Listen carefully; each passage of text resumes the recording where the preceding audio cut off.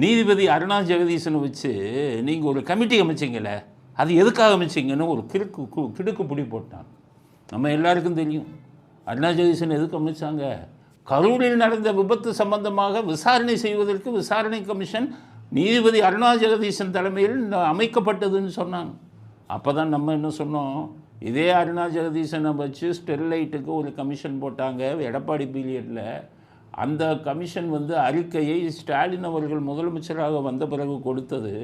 அதை தூக்கி குப்பைத்தொட்டியில் போட்டீங்களப்பா. அதில் 17 பேர் காவல்துறை அதிகாரிகள் தப்பு செஞ்சாங்கன்னு சொன்னாங்களே. தப்பு செய்த காவல்துறை அதிகாரிகளை நீங்கள் என்ன பண்ணீங்க? அவங்களுக்கு ப்ரமோஷன் தான் கொடுத்தீங்க.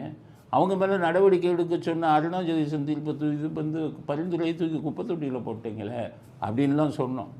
ஏன்னா கரூருக்கு அப்படி தான் கொண்டு வந்தாங்க. இதை புரிஞ்சுக்கிட்டு அந்த நீதியரசர், உச்சநீதிமன்ற நீதியரசர், அந்த பெண் நீதிபதி கேட்டாங்க, எதுக்கு அருணா ஜெகதீசன் தலைமையில் கமிஷன் அமைச்சிங்கன்னு கேட்டாங்க. அப்படியே பிளேட்டை மாட்டினாங்க. நாங்கள் வருங்காலத்தில் இந்த மாதிரி கூட்டம்லாம் வந்தால் என்னென்ன விதிமுறைகளை கடைப்பிடிக்கணுங்கிறதுக்காக அமைச்சோம். பச்சை பொய். இது விஜயுடைய அட்வொகேட்டுக்கு சரியில்லை.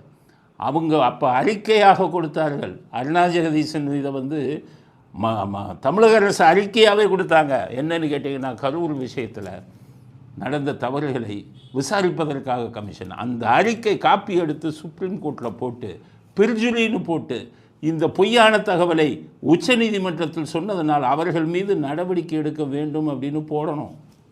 அது எங்கே போட போகிறீங்க?